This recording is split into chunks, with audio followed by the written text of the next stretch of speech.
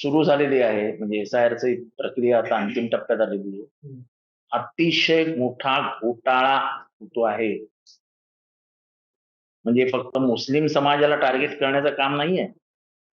तर हिंदू समाजामधला जो अशिक्षित वर्ग आहे आणि खास करून जो मागासवर्गीय आहे, की जे कधी झोपडीत राहिले, त्यांच्याकडे कधी डॉक्युमेंटच नाही, किंवा धनगर समाज आहे किंवा बंजारा समाज आहे किंवा जे गावोगाव भटकंती करणारे जे भटक्या विमुक्त समाज आहे, ज्यांनी कधी घरच बसवलं नाही स्वतःच, त्यांच्याकडे कुठे येणार डॉक्युमेंट्स? 95चं आणा आणि 2002चं आणा आणि हे आणा आणि ते आणा, कुठे येणार आहे?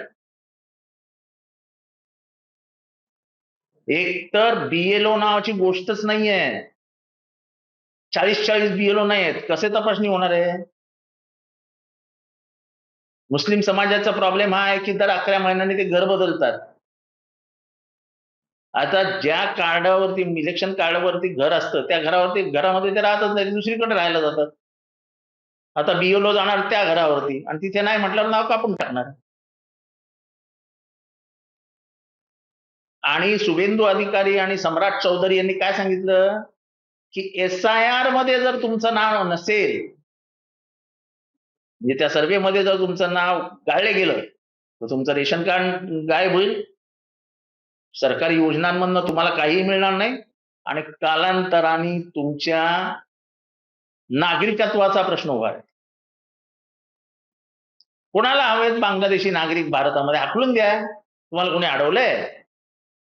पण जे मूळ भारतीय आहेत, त्यांना कुठे पाठवताय तुम्ही? हिंदूंना नेपाळमध्ये आणि मुसलमानांना बांगलादेश, पाकिस्तानमध्ये पाठवणार?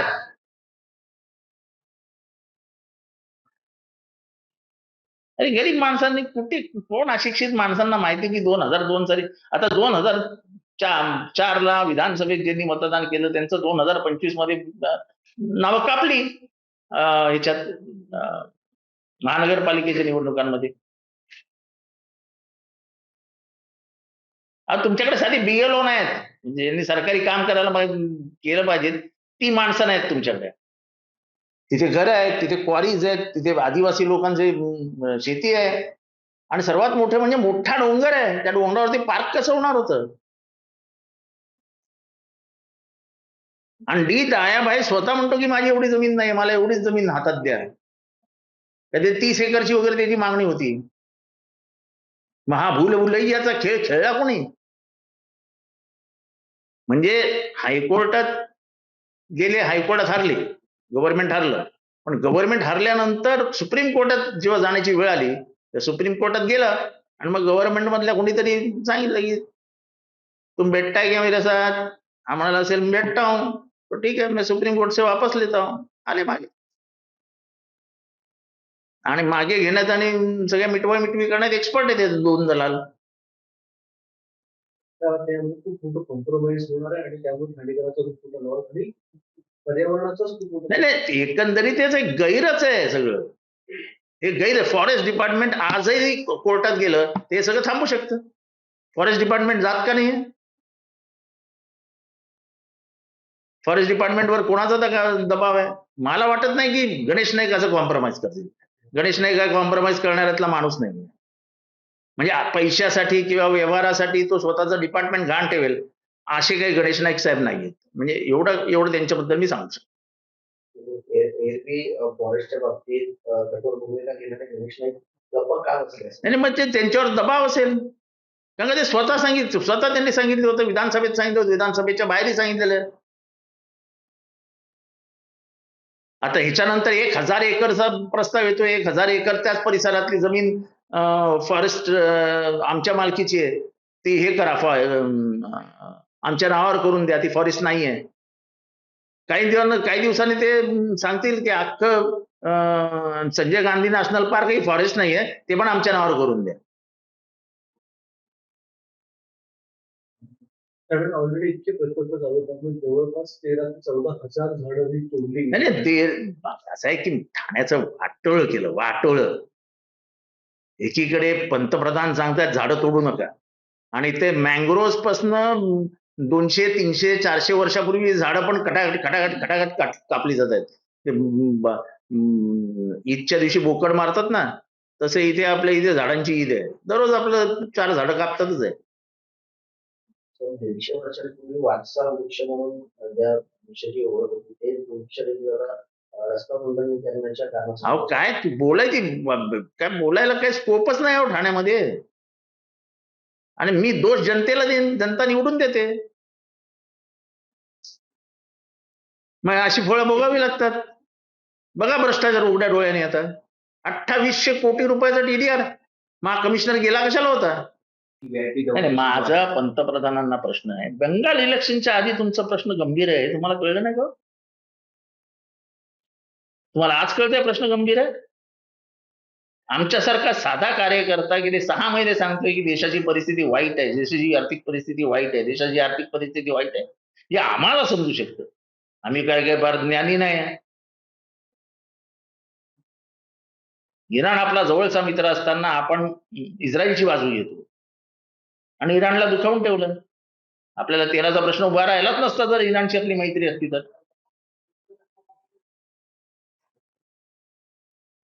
स्वातंत्र्याच्या आधी आणि स्वातंत्र्याच्या नंतर कायम आपण इराण बरोबर चांगले मैत्रीचे संबंध जपले होते. इराक बरोबर जपले होते. सगळ्या मुस्लिम देशांबरोबर आपले चांगले मैत्रीचे संबंध होते. इस्रायलशी संबंध होते, पण आपण कधी अधिकृतरित्या इस्रायलची बाजू घेतली नव्हती. आणि इस्रायलने घुसखोरी केली आहे. इतकीशी जमीन मिळाल्यानंतर एक देश ताब्यात घेण्याचं काम इस्रायलने केलेलं आहे. इस्रायल गुन्हेगार आहे. विभागावरती सुप्रीम कोर्ट सुनावणी होणार तर ठाणे महानगरपालिकेने स्ट्राईक आउट केलेला आहे. काय वाटतं? हा ठाणे शहरातला आतापर्यंतचा सर्वात मोठा घोटाळा. जी जागा ते पार्क म्हणून दाखवतात त्या पार्कमध्ये तुम्ही पण जरा जाऊन या. एक मोठा डोंगर उभा आहे. तिथे एकेकाळी क्वारी चालायची. मूळ मालकानीच एकेकाळी कबूल केलेलं की ही फॉरेस्टची जमीन आहे. त्याच्यावरती वन खात्याचा शिक्का पण लागला होता. ह्याच्यातला मोठा हिस्सा हा संजय गांधी नॅशनल पार्कचा भाग आहे. आणि म्हणजे गेले 60 वर्ष फॉरेस्ट डिपार्टमेंटच्या स्वातंत्र्यानंतर आणि स्वातंत्र्याच्या आधी वन खात्याच्या हातात असलेली ही जमीन वन खातं कुठलेही आक्षेप घेत नाही. हे अशक्यप्राय गोष्ट आहे. कारण का गणेश नाईक वनमंत्री असताना स्वतः म्हणालेले मी फॉरेस्टची 1 इंच ही जमीन जाऊ देणार नाही.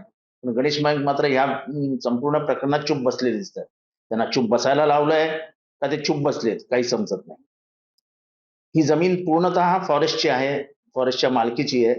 डी दयाबाईंनी तेव्हा कधीतरी एकदा म्हटलेली की 23 एकर का 30 एकर आमची आहे. ती म्हणजे पहिल्यांदा त्यांनी जी एमआरटी मध्ये केस टाकली ती 220 एकरची टाकली. तेव्हा सुब्बाराव पाटील नावाचे एमआरटीचे तिथे अध्यक्ष होते. तर त्यांच्याबद्दल मला काही बोलायचं नाही. पण ठाण्यातले 2 मोठे दलाल आहेत. ते जमीनदार पण आहेत, मोठे दलाल आहेत. मी त्यांचं नाव घेऊ इच्छित नाही. पण घोडबंदर रोडवरती मोठ्या जमिनी आणि मोठ्या जमिनींच्या व्यवहारामध्ये कोणाचं नाव असतं आणि कोण ह्या जमिनींची उलटी पालटी करते आणि म्हणजे सगळंच व्यवहार कोण बघतं हे सगळ्यांना माहिती आहे. आणि या जमिनीत कोण आहे सगळ्यांना माहिती आहे. त्याच्यामुळे ह्या जमिनीचा व्यवहारच हा गैर आहे. आणि म्युन्सिपाल्टी गेली होती कशाला सुप्रीम कोर्टात? जर माघारच घ्यायची होती तर तुम्हाला काही ढकलत नेलं होतं सुप्रीम कोर्टात. 20 जुलैची तारीख दिली होती सुप्रीम कोर्टाने. एरवी इथे तिथे पैसे वाया घालवतात, एक वकील लावला असता. तुम्ही काही न बोलता सुप्रीम कोर्टात आम्ही दोघं कॉम्प्रोमाइज करतो, आम्ही कुस्ती स्वतः आता खेळतो आणि स्वतःच मिटवून घेतो. पंचांनी बाजूला व्हा. सुप्रीम कोर्टाने काही न विचार करता सांगितलं बरं ठीक आहे आता तुम्हीच मिटवताय तर मिटवून घ्या. अरे मिटवून घ्या काय? पैसे कोणाच्या बापाचे आहेत? म्युन्सिपल कॉर्पोरेशनचे पैसे आहेत. 2800 कोटी रुपये जाणार आहेत. आणि कसे काय जाणार आहेत? सोमवारी याच्यावरती डिटेल प्रेस कॉन्फरन्स घेणार आहे मी डिटेल. अहमदी नावाचा फॉरेस्ट ऑफिसर होता. याच्यामध्ये काय भूमिका आहे? सुब्बाराव पाटील यांची भूमिका काय आहे? या 2 दलालांची भूमिका काय आहे? महानगरपालिकेला कोणी आदेश दिला की तुम्ही कॉम्प्रोमाइज करा म्हणून? आपल्या जवळचा माणूस पक्ष सोडून जातोय आणि त्यांचे आणि पवार साहेबांचे त्यांनी म्हणजे प्रसाद तनपुरे हे जुने आमदार होते त्यांचे आणि पवार साहेबांचे अतिशय चांगले संबंध होते. शेवटी वाईट वाटतंच ना. अशी माहिती येते की पार्थ पवार यांनी पक्षातल्या मंत्र्यांना टार्गेट दिलेलं आहे की पक्ष निधीसाठी तुम्ही जे काही हे देत आहे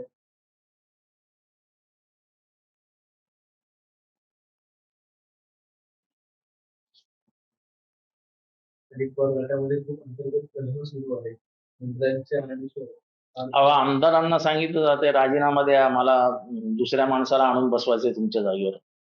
हे आजपर्यंत महाराष्ट्राच्या इतिहासात कधी झालं नाही, ते गोष्टी करतात. आता अजितदादांनी ज्याला आमदार केलं त्याला तुम्ही सांगाल की तू राजीनामा दे, मला दुसऱ्या माणसाला आणायचं, तो कसा राजीनामा देईल? असं माझ्या कानावर येतंय, मला माहित नाही. आणि त्याच्यातही मोठा जाऊ दे, याच्याबद्दल न बोललेलं बरं.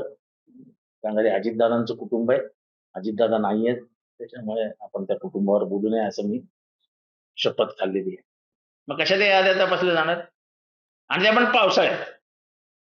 म्हणजे कारणच पाऊस पडत असेल तर हे जाणारच नाही तपासायला, कारण बसले बंद आहे, हा नाही तो आहे, हा नाही तो आहे, हा नाही तो आहे, उडवाना. सर त्याप्रमाणे पश्चिम बंगालमध्ये जी परिस्थिती झाली तीच महाराष्ट्रात करणार ते. जी बिहारमध्ये झाली तीच पश्चिम बंगालमध्ये झाली आणि तीच महाराष्ट्रात करणार.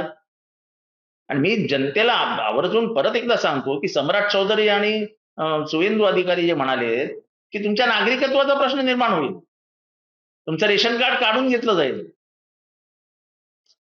आणि मी तुम्हाला 100%पैकी 90% मागासवर्गीयांकडे कुठलेही पुरावे नाहीये, कारण का त्यांची घरच कधी बिचाऱ्यांची बनली नाहीत. कधी झोपडीत राहिले, कधी राहिले, पाऊस आला, पूर आला, सगळं वाहून गेलं घरातलं. कुठले डॉक्युमेंट सापडणार? 2002 साली तुम्ही वोटर होतात त्याचं डॉक्युमेंट घेऊन या. अरे कुठनं आणणार? 24 वर्ष झाली. मला आता तुम्ही विचारा तुझं 10वीचं सर्टिफिकेट आहे का? नाहीये. तुझं ग्रॅज्युएशनचं सर्टिफिकेट आहे का? नाहीये. कोण जपून ठेवतो? हे का पारशी आहे सगळं जपून ठेवायला? भटक्या विमुक्त समाजातली माणसं आम्ही, आम्हाला कधी आले जपून ठेवायचं काय आणि तिजोरीत ठेवायचं? गरज बघितलं नाही आमच्या समाजाने, कुठलं कोण आहे? महाराष्ट्रातल्या एकाही भटक्या विमुक्त समाजातल्या माणसाकडे डॉक्युमेंट्स नाहीत, एकाही मागासवर्गीयाकडे डॉक्युमेंट्स नाहीत. काय त्यांचे तुम्ही नागरिकत्वावरती प्रश्नचिन्ह निर्माण होणार? अरे आमच्या बापाचा देश आहे रे हा, आमच्यावरती प्रश्न उभे करणार काय तुम्ही? आम्ही मूळ निवासी आहोत, आम्ही मूळ निवासी. सर विधान परिषदेची जागा ही राष्ट्रवादी बघूया आता सोमवारपर्यंत वेळ आहे, बघूया काय करायचं, उद्या चर्चा करूया. बघूया आता काय कसं करायचं, काय करायचं. जुलैपर्यंत थांबायचं होतं. 4 दिवसातही सुप्रीम कोर्टाने फटाफट पेपर उलटे पालटे करून कॉम्प्रोमाइज, बरं तुम्ही करून टाका, बाहेर जा, चला मिटून टाका. अरे काय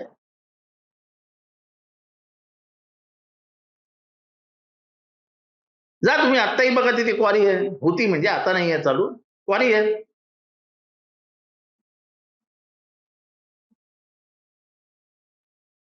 हे ती सगळी पुरावश्यक कागदपत्र आम्ही सोमवारी किंवा मंगळवारी डिटेलमध्ये प्रेस कॉन्फरन्स घेणार आहोत. हा मोठा भ्रष्टाचार आहे आणि याच्यात सरकार सामील आहे.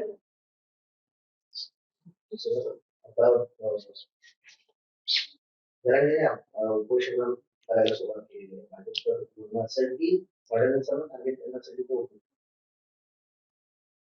या लफड्यात न पडलेलं हे सगळं.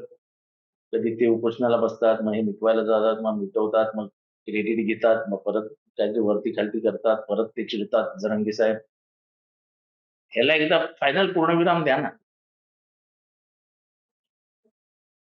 एकीकडे ओबीसी समाजाला अस्वस्थ करून ठेवायचं, सगळे समाज महाराष्ट्र अस्वस्थ कसा राहील एवढं हे सरकार बघत असतं.